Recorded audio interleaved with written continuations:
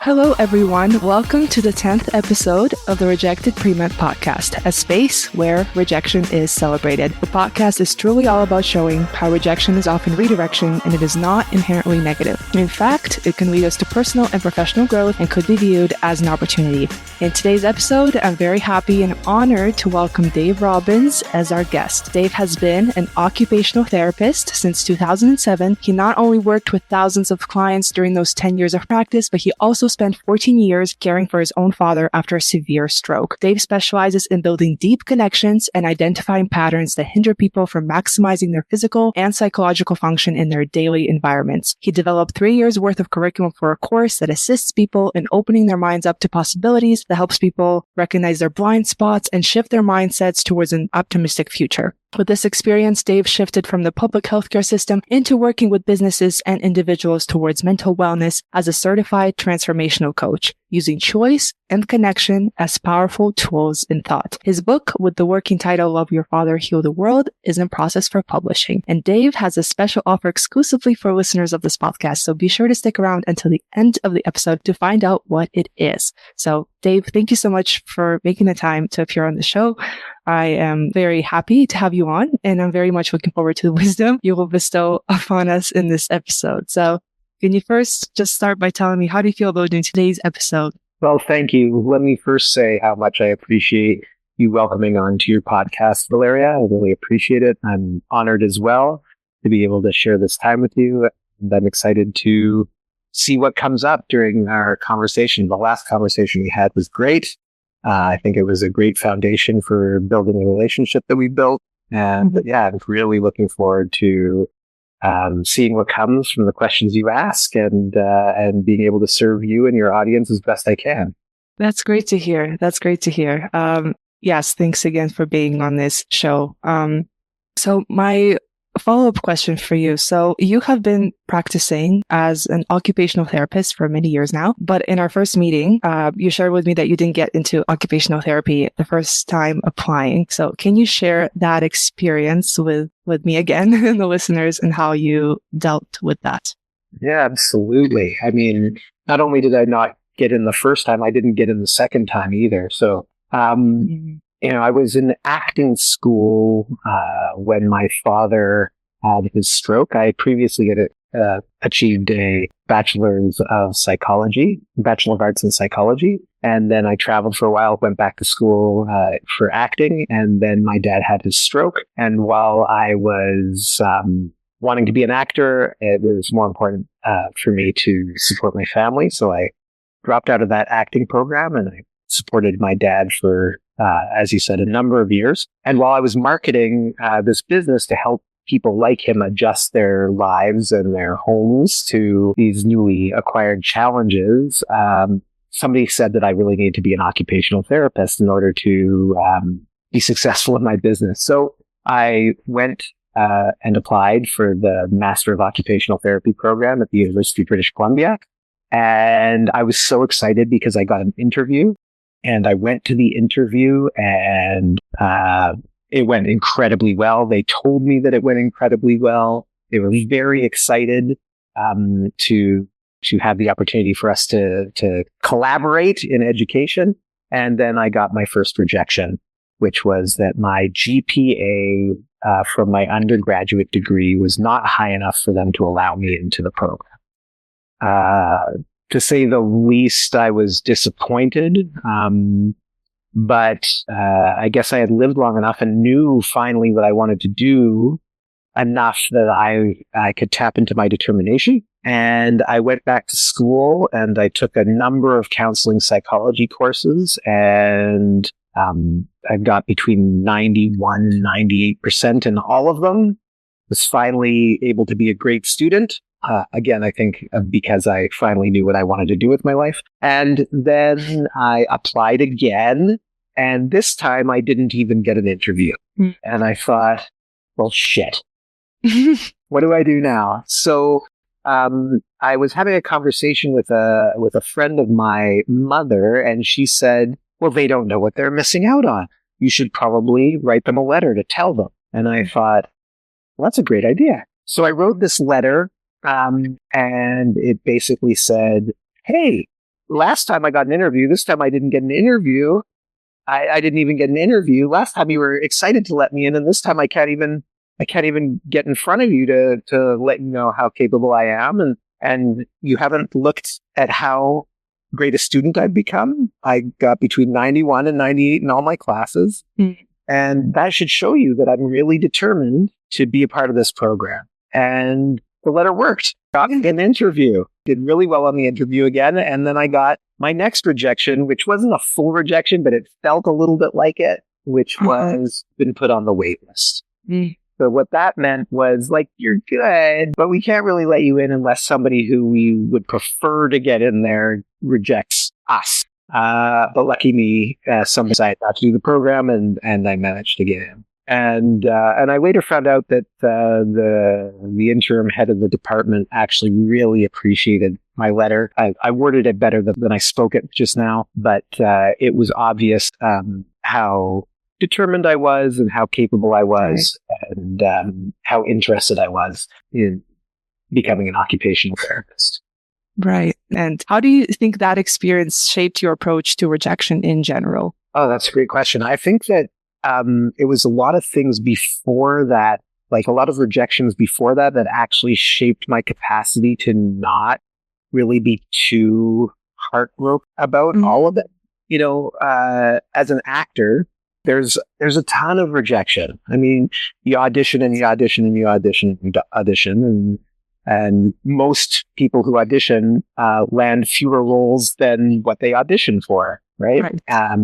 So there's no shortage of rejection there. And I remember meeting this one actor who told me that you can use the energy of potential rejection to show up in the way that you want to show up for yourself.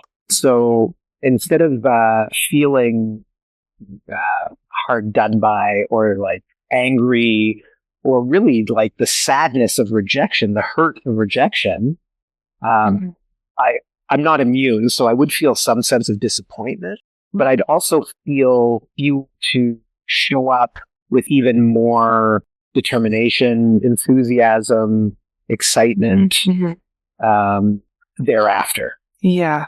Wow. Acting to occupational therapy to becoming a certified transformational coach. That's definitely not a very linear, doesn't seem like a linear path, but it worked for you. And it's a great, because I didn't know you were in acting. I just learned that today. Right. Yeah. We didn't talk about that last time. No. It's great that you used that rejection as a fuel, and that advice came to you at the right place, right time. And then you remembered that and you utilized it, and it got you an acceptance into occupational therapy, and it led you to help so many people and continue to help so many people to this day. Yeah. Thank you for saying that. Yeah. It kind of aligns with what you were saying that the whole podcast is really about. It's reframing that it's more like, instead of rejection, it's more like redirecting. And I think I really feel like that's what happened to me. I was in acting school. I feel like my dad kind of took one for the team. I wasn't meant to be an actor. I was meant to be an occupational therapist or transformational coach, or some combination of those. And my dad had a stroke in order to prevent me from actually becoming an actor and from pulling me into this helping industry. That was like a side of the universe. And then the advice that I got from that actor about how to refuel or be intentional about how I fuel or choose that rejection as fuel. And then my mother's friend who said, you should write a letter, right? And I feel like when we're not too caught up in what we think we're supposed to do, then we have much more available to us for following the signs of where the universe is steering us, right? And that's for saying that. I needed to hear that today, I think. So thank you. Great. Yeah, it's redirecting. Rejection is redirection. Yeah, and rejection is something we all go through. We just don't address it very often, especially in formal environments like universities or schools where everyone feels the pressure to succeed, and it doesn't always come at the same pace or in the form you imagine it to come to you. Totally. I mean, people feel quite shy about speaking about anything that indicates weakness or inadequacy. Particularly in the social media age, where you only see people's highlight reel. Speaking about things that maybe don't paint you in what you perceive to be as the best light, those end up on the editing room floor, for example. And rejection is one of those things. It's part of what we've also created. And this depends on where you're from and what the culture is and where you're from. But we've created this emotional hierarchy. Like happiness is way at the top, and sadness is kind of below what you would normally talk about. And particularly in Canada, anger is way out the bottom. You're only allowed to be angry in Canada if your hockey team is losing.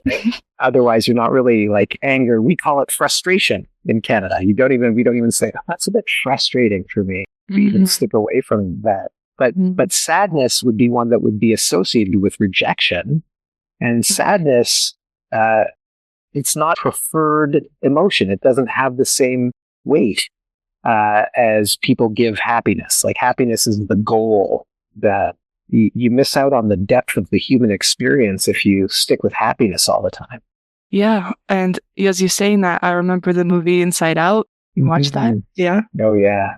Yeah. That's the message they were portraying. Like without sadness, happiness doesn't feel as happy because you can't fully appreciate happiness if you haven't been sad or down low, or can't fully be grateful because it just adds to the fullness of the human experience too, and helps you be more mentally healthy when you appreciate all the emotions that come with your mood or state or whatever life situation you're in. So Totally. Yeah. And you kind of addressed this already, but I'll still ask this. Why do you think rejection can make us feel so bad? Like, why can it feel so taboo to talk about it? Even though everyone experiences it, we all know it, but we just don't like it.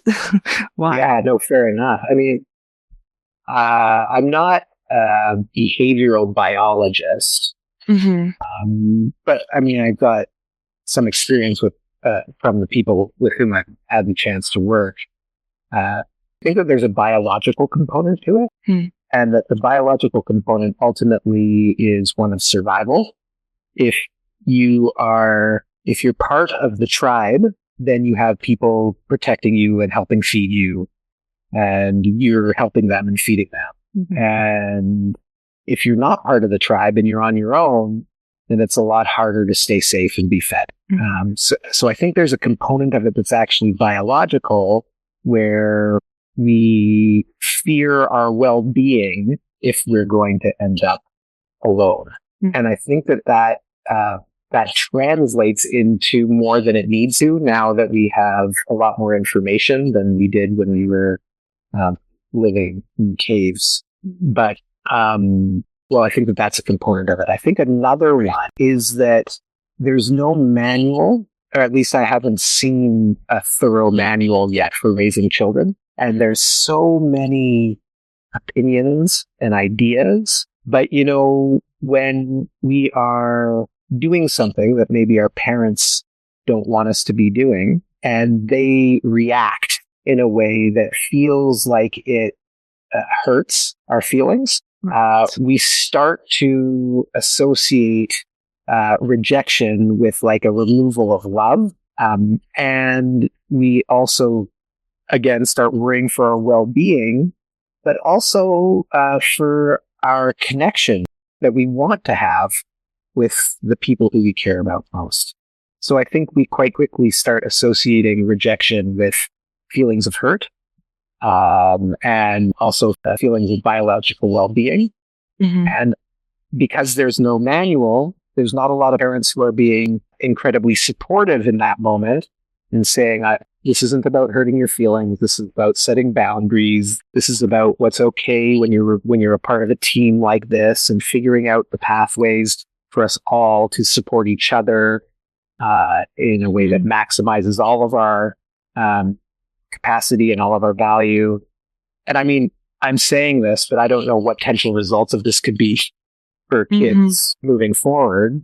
And I'm not saying that it's necessarily better, but it might help support people with not feeling as hurt by rejection and recognizing that the rejection doesn't mean that they're not okay or that they're not good enough, that it's just part of life. Someone else's boundaries and what that's actually about and what that's for. Mm-hmm. Yeah.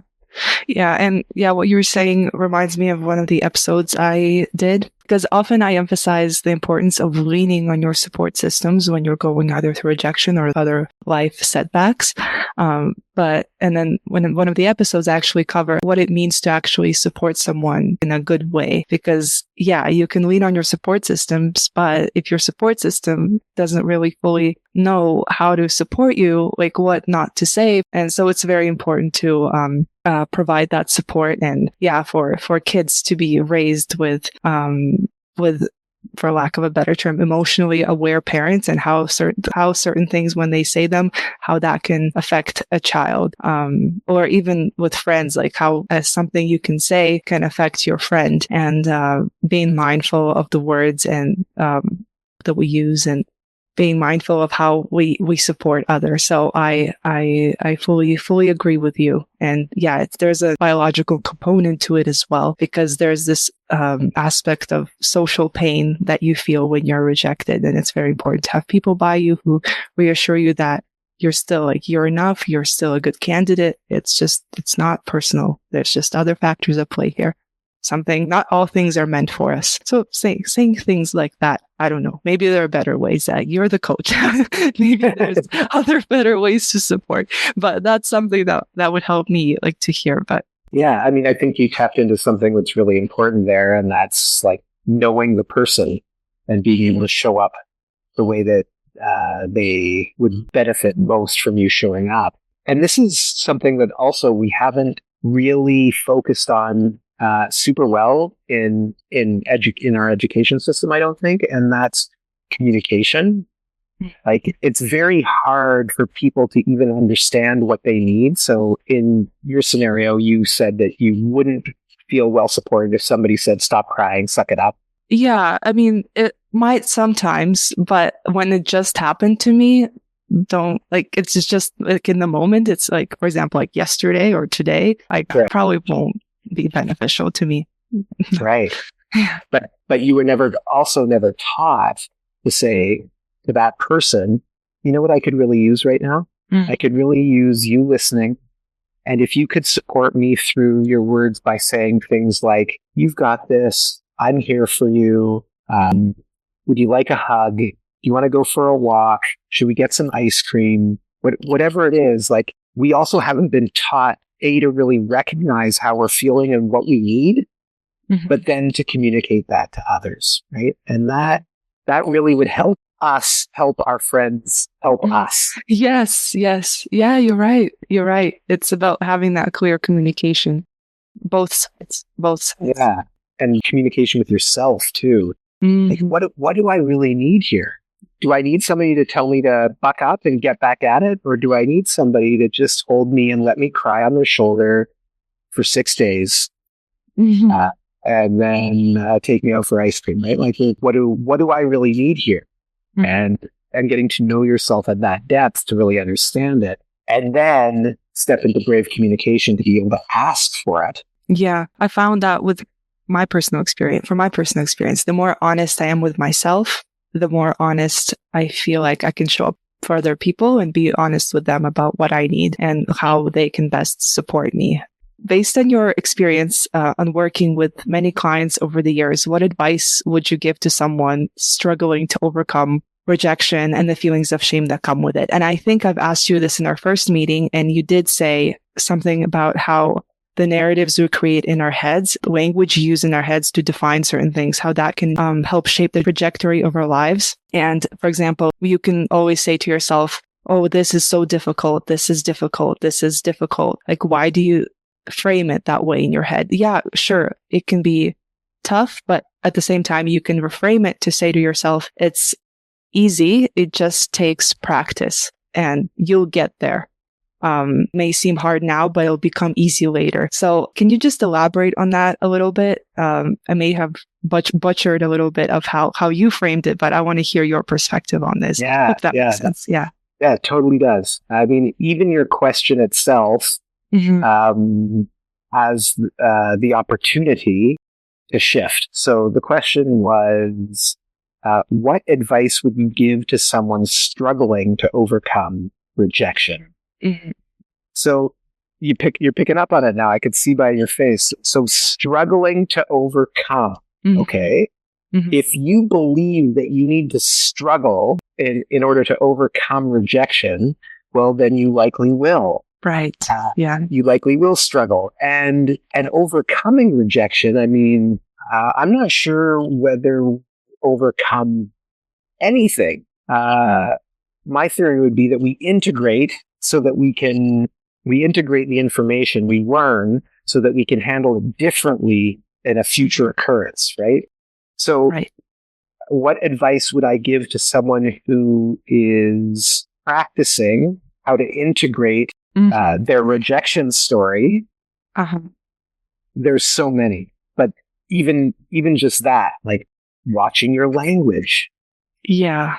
One of the quotes that we talked about in our first meeting was Henry Ford's quote, "Whether you believe you can or you believe you can't, you're right." So if you believe that you can practice integrating your rejection story, then you can. If you believe that you can't and that you will struggle to overcome your rejection story, then that will be true. Right? So watching the language that you use to define your narrative, that's one piece. That's one piece that I would say. Another is that if we use a mindfulness technique that I call STOP, and I'm not the only one who uses this, but it stands for stop, take a breath, observe your thoughts and emotions, and then proceed. It gives you a moment to reflect on those thoughts and emotions, and then again pick a narrative that you want to have around moving forward. So do you want to continue to be, for lack of a better word, stuck in your programming or your program narrative? Or do you want to become an intentional author and author your own narrative moving forward? Like, leave it up to your programming or do it yourself. That is so powerful because I've heard of that concept before, but the way you brought it to our first meeting made me really reflect on that and think, well, even like achieving success, people say, oh, that's hard work. That's hard work. I'm sure it is at some points, but what if I say to myself, achieving success in my most authentic way and it'll be easy?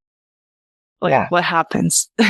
What happens if I do that? And yeah, I think that's so important. Or it's like you said, choosing the language you use. And how about we can say, I want to be rich instead of I don't want to be poor. I feel it because you're using the word rich, and that's the one that your brain remembers.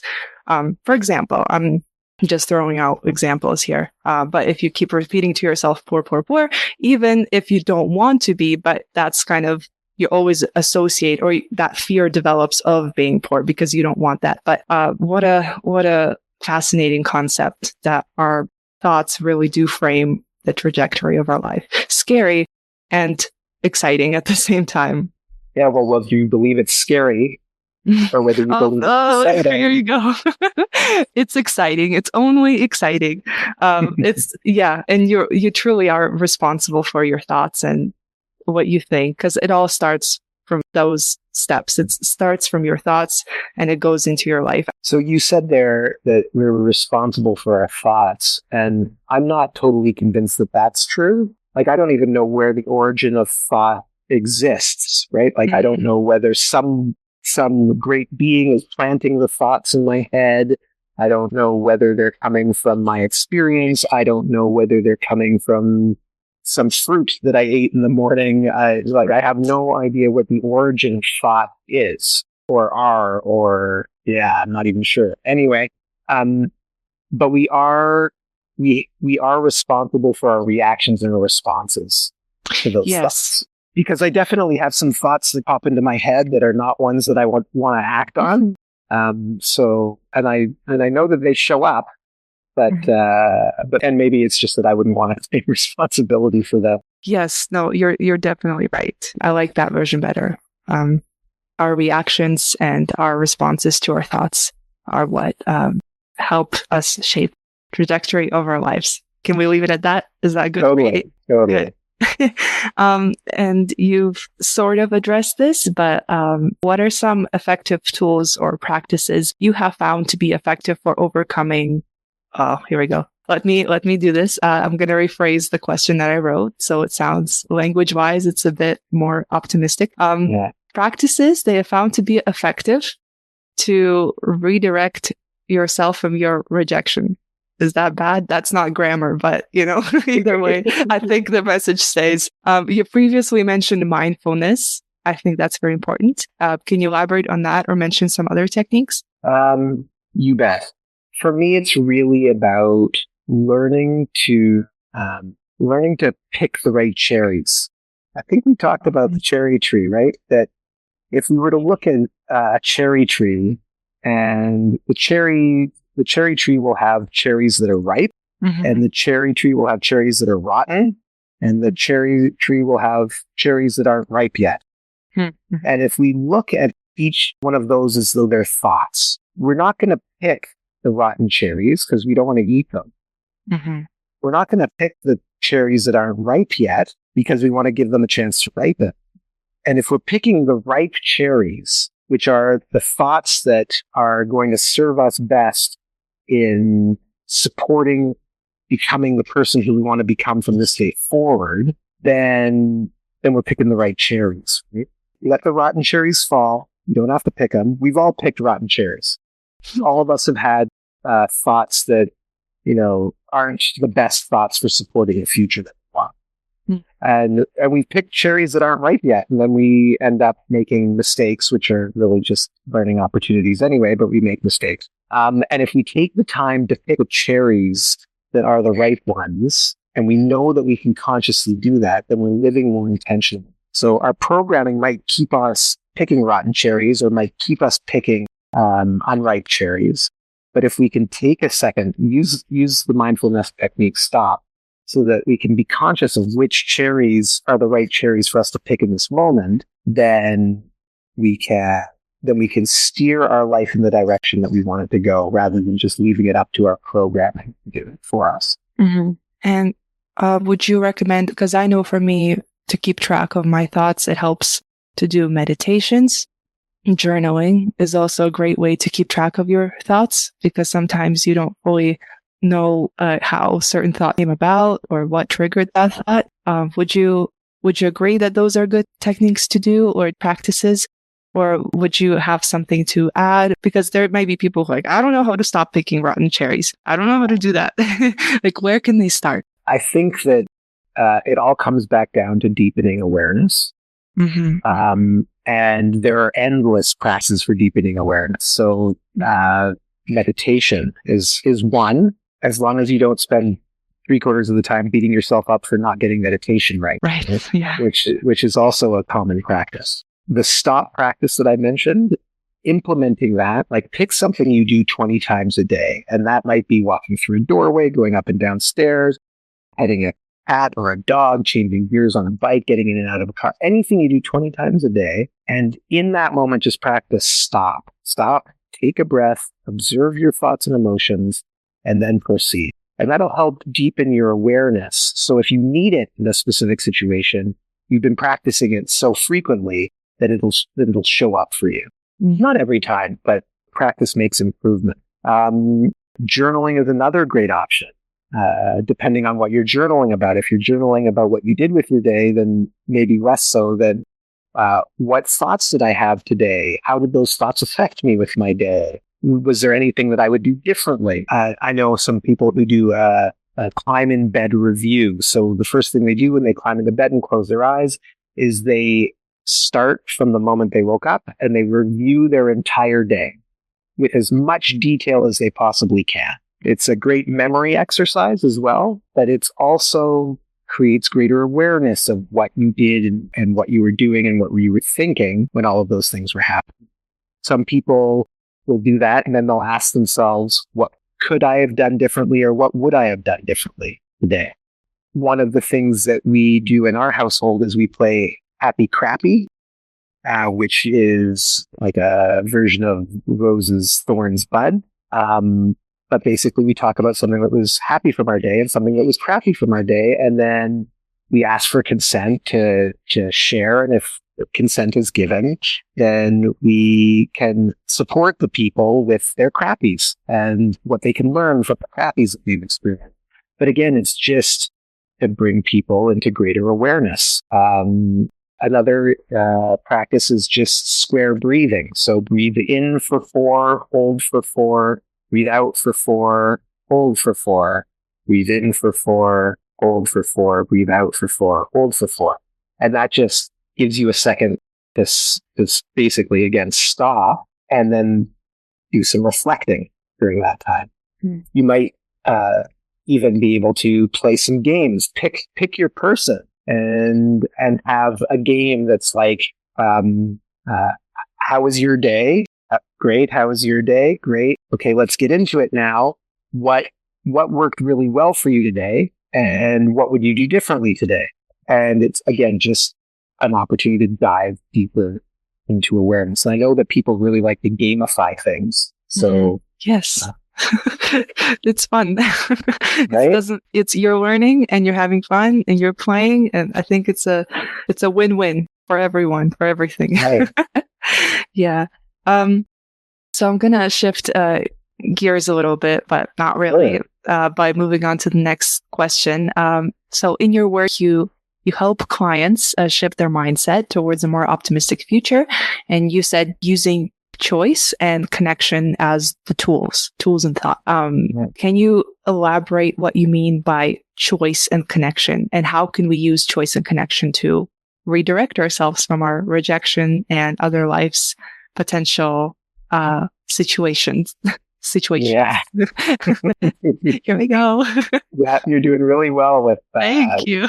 picking words that This is great practice for me. Yeah, it's brilliant. This is another way to do it. Create a script, review it, and Yes. see how you can adapt it towards more of who you want to be in the future. It's not necessarily towards more optimistic. If you want to be more optimistic, then great. But I have the sense, like most people I know and that I've met have no trouble beating themselves up in some way. Like the common thread is that there's an inadequacy story amongst people who I get to work with. And the inner critic can be at varying levels of audibility, but it's always there, right? So the idea is that when you start using words like I get to rather than I have to, or when you use words on like opportunities rather than setbacks, or challenges rather than problems, right? Then you start to overwrite the inner critic, or at least another voice in your head, one of your other voices is louder. And we're all stronger when the critic isn't winning. So choice and connection. So let's start with connection. Connection, I think, is the foundation of safety. And if we feel safe, if we feel really, really, really safe, then we can go anywhere with anybody, right? And so that's the idea, is to build an incredibly safe container where people will have no possibility of a sense of rejection from me. No, like the I guess the word is judgment, although judgment can be used in both a positive and negative way. But people generally feel some sense of being judged by themselves or by others. And I, for the most part, pull that out of my practice completely, unless my judgment is going to help somebody have a breakthrough. And then I'll surprise them by bringing it in, because most of the time it's not there. And that's Rogerian psychology. His theory was one of unconditional positive regard. So if somebody is regarded positively by the person, again, finally they feel safe enough to reveal to themselves what's really going on. And that, I believe, is in connection. So connection is my number one tool. My number two tool is choice. And this is recognizing how we can separate our programming, shift around a few zeros and ones so that we can intentionally write our new program. And I'll explain this through a model that I believe we chatted about a little bit the last time. And it's a model that I created called the circle of choice. And bear with me here, it's a little bit easier when you can draw it in front of you, but picture a circle with a dot in the middle. And that dot in the middle is absolutely anything that could ever happen to you. And now I'm going to put you standing on the top of the circle, and I'm going to put me standing on the bottom of the circle. And we're going to call that dot in the middle of the circle the birth of our first child. And you're thinking, wow, this is amazing. This is going to bring Dave and I closer together. I get to fulfill my biological purpose. I get privilege of raising another person and guiding them through the human experience. I get to feel the love and connection that can exist when I stare into another human's eyes when they've literally come out of my body. And I'm thinking, holy shit, how did this happen? I swore we used protection. How am I going to be able to communicate with her now? I had a terrible father. I've never changed a diaper. I can't even make enough money to support myself, let alone this other human. Now, which of those two stories is true? I hope not the second one, but I hope I want to keep the first one. That's the more one I want to pick. I'm glad that I put you at the top of the circle then, because that story is your truth. And the other story is my truth, right? And the reason that my truth differs in this situation from yours is because of my past. So on the outside of the circle, we would draw this beautiful hiking trail that leads up to my feet and a separate beautiful hiking trail that leads up to your feet. And those trails, most people would call their past, but I call it our programming. My programming has trained me to see the birth of my first child through a lens of panic. And your programming has taught you to see the birth of your first child through a lens of elation. Mm-hmm. And that all happens automatically. But we want to move away from automated thinking. We want to become the authors of our narrative rather than letting our programming continue to author our narrative for us. So using this mindfulness technique, stop, take a breath, observe your thoughts and emotions. In order to do that, I'm going to pull myself off of the circle. So I have a bird's eye view of this circle now. And in observation of my thoughts and emotions, my emotion is fear. And my thoughts were the ones that I mentioned, like I've never changed a diaper. Mm-hmm. But if I'm going to take a second with those and be intentional about them, then I might think, okay, yeah, so I've never changed a diaper, but there's 8 billion people on the planet. How hard could that be? And yeah, Valeria and I have had struggle communicating, but we've never had something like this unite us before. And I've struggled to hold a job, make enough money for myself, but I've never been financially responsible to another human being. Maybe that's the kick in the butt I need to actually make the money that I need. And yeah, my dad was a terrible dad, but maybe that was the foundation I needed to be a better dad, or maybe even a good one. So I'm not going to put myself back on the circle where Valeria is, because I think in this situation he's quite naive. But I'm not going to keep myself in the fear spot anymore. I'm going to put myself back on the circle in cautiously optimistic. Do you remember how many degrees there are in a circle? 360. 360 degrees. So we have 360 choices of how to see absolutely anything that ever happens to us, ever. Our programming is going to pick one. But that leaves 359 other options for us to intentionally choose in order for us to be the person who we want to be from this day forward, rather than remaining as the person that we've been all along. We can choose to remain that person if we want to, but now we're doing it intentionally rather than having our programming do it for us. So when we're rejected, that's the dot in the center. Your perspective is, oh no, I really wanted to be a doctor. And on the other side of the circle, I might be, oh yes, I didn't want Valeria to become a doctor because I'm going to lose her for the next decade. And both of those stories are truth. They're just true to the other people, right? But the idea of, oh no, I wanted to become a doctor is just one of your 360 choices. You have 359 others.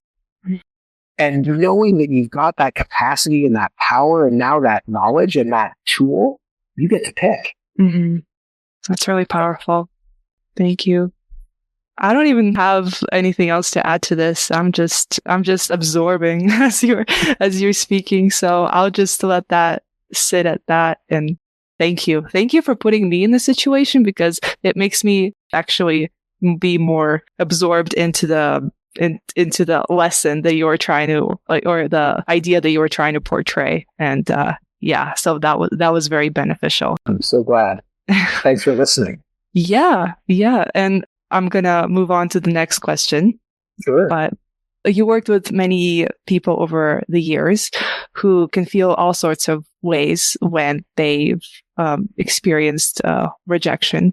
And without revealing their identities, if maybe you could share a story of someone or several people, their stories of how they, especially if they've initially felt not so good about it, if they've really beat themselves up about it, how did they change that narrative to the one that better served their future? And what can we learn from those people? Yeah, great. Well, let me start off with saying that most of the people who I get to work with struggle in their relationships in some form. Mm. It's not always easy to be partnered, particularly when we haven't been super well trained in communication, like I had mentioned. So people, when they get into some sort of disagreement with their partner, ultimately there's a form of, or a sense of rejection that's existing in that moment, in that argument. And I'm picking this one because it's so common, and I think that it would be valuable for your listeners. A tool that I offer there is a bow. Mm-hmm. And you just take the bow, this imaginary bow, and you place it on your partner's forehead when they're coming at you with their anger. Because if in that moment you can see all of the gifts in it, right? Gifts come wrapped in a bow, and the best gifts that we get in life don't come wrapped in a bow. They're usually the toughest, right?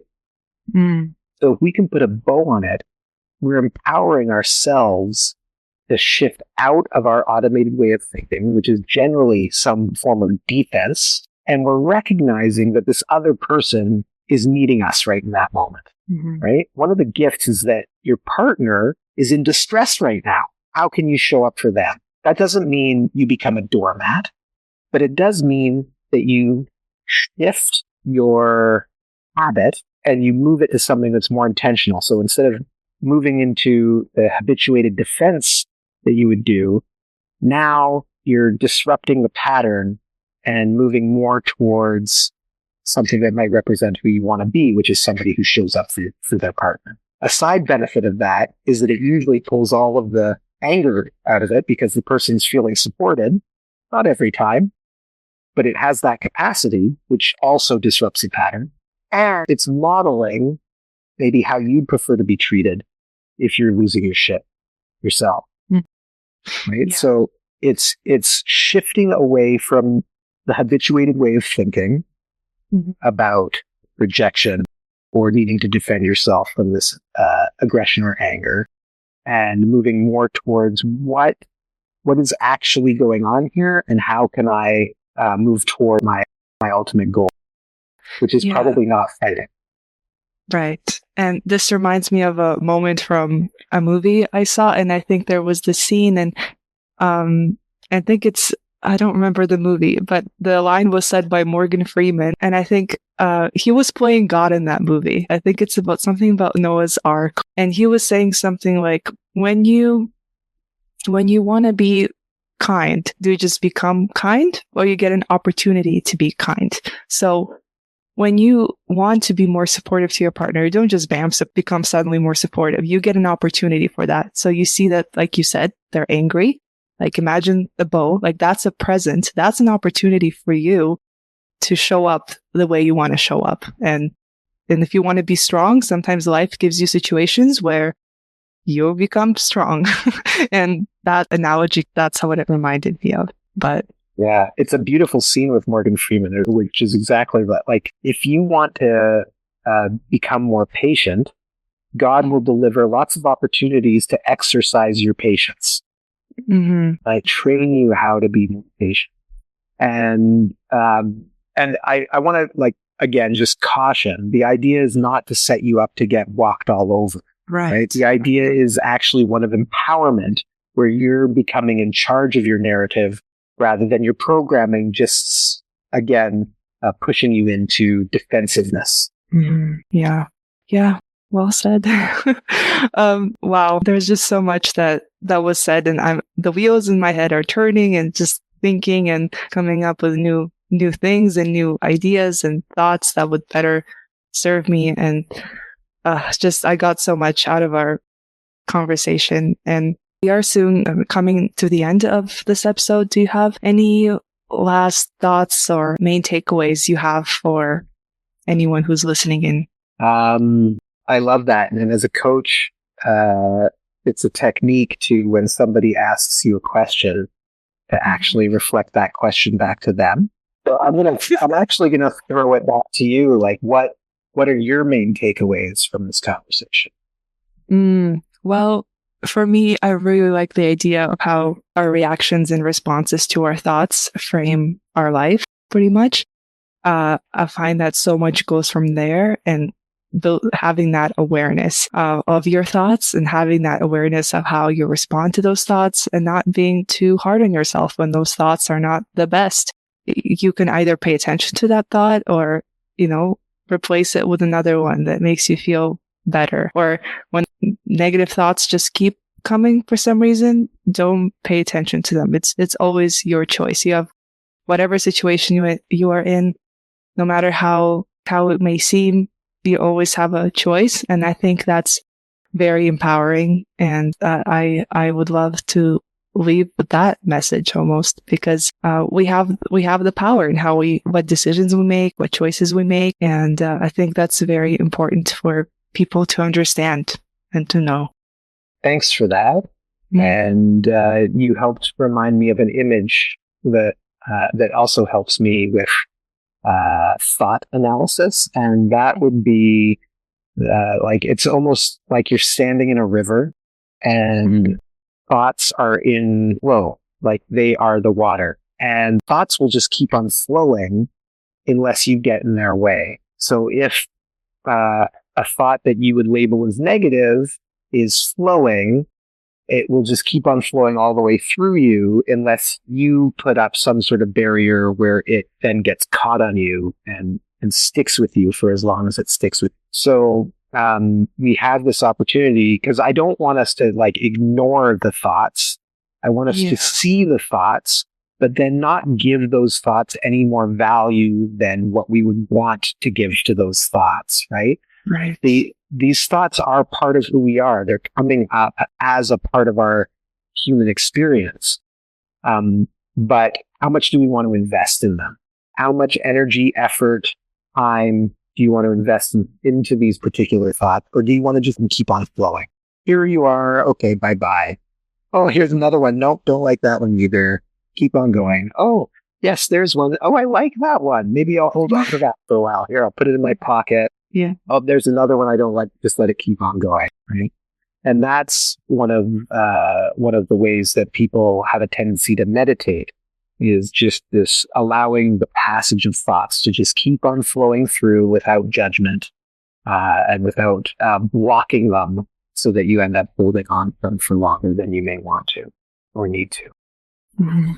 Yeah. Can you, before I forget, can you please share the special offer you have for the listeners of this podcast that you generously offer? Oh, yeah, absolutely. Anybody who would like an introduction to coaching, maybe they haven't had any coaching before, or even if they just like to see what coaching with me would feel like for them, I would be happy to gift you a 90-minute coaching session to see whether we can help you be as intentional as you can be with your thought investment moving forward, or whether I might be a good match as a coach. So I'd be happy to to gift you a 90-minute coaching session. Thank you for that. Yeah, I mean, sometimes I want to get a coach. I'm waiting for the moment. I don't know what I'm waiting for, but I'm waiting for it. And having coaches, I think it's like having. Actually, don't quote me on this. Maybe I'm wrong. But having a coach, having a therapist, having someone with an expert lens can hear your story and listen to you and perhaps provide some guidance like you provided to me when you said, why should I label rejection as difficult? It's maybe it's easier than I think it is. It's all about how I frame it and what I believe it to be. So yeah. Beautiful. Yeah. And where can people connect with you and learn more about your work, including your upcoming book, Love Your Father, Heal the World? And I just want to hear what is the book about? And then you can address where can people connect with you. Okay. Yeah. The book is currently about the journey that I took, the 14-year journey I took with caring for my father, the troubled relationship we had before and the love that we were able to find in the care relationship, and how that really helped both of us heal to the point where we felt really solid in who we were. And from that secure foundation, how much personal development work I was able to do because I felt so secure in myself as a result of the love in our relationship. That's beautiful. That event, stroke, which is in itself not very nice event, to put it in the least, but the fact that it led you to become more bonded with each other. And I would love to read that. Oh, thank you. Yeah, one chapter is called Stroke, and then in parentheses it says of luck. Because ultimately this really traumatic experience led us both back to love. People can find me on my website, daverobens.com. People can find me on Instagram, Dave Robens. Might be Dave Robens Coaching. I think it's Dave Robens. Mm-hmm. I'm on Facebook as Dave Robens as well, and LinkedIn as Dave Robens. I'm sure that those things will be in the notes. Yes. And you can just reach out to me, dave@daverobens.com. I'd love to hear from you. Great. Okay. Well, thank you so much, Dave, for joining me on this podcast in this episode. It's been an absolute privilege to hear your insights and learn about your journey as both an occupational therapist, as a son who cared for his dad, and a transformational coach. For many people, it is very easy to feel like, and I was myself one of those people, to feel trapped by rejection and let it define their paths. But as you have kindly shared, rejection is not the end. It is a redirection. It is a chance to reflect, grow. We can use it to redirect ourselves to something even greater that we could have ever imagined for our paths. And Dave has provided invaluable tools for navigating life's setbacks with resilience and mindfulness, emphasizing the importance of reframing rejection as an opportunity and paying attention to the narratives we create in our minds. Listeners, I would love to hear your thoughts on this episode. I would love to learn what resonated with you the most. Feel free to DM me on social media or suggest topics for future episodes. And if you'd like to support the podcast and the content I create, you can also donate at buymeacoffee.com/Valeria Rusnak. The link for that will be in the show notes too. This has been Valeria Rusnak, the host of the Rejected Pre-Med podcast. I thank you all for listening.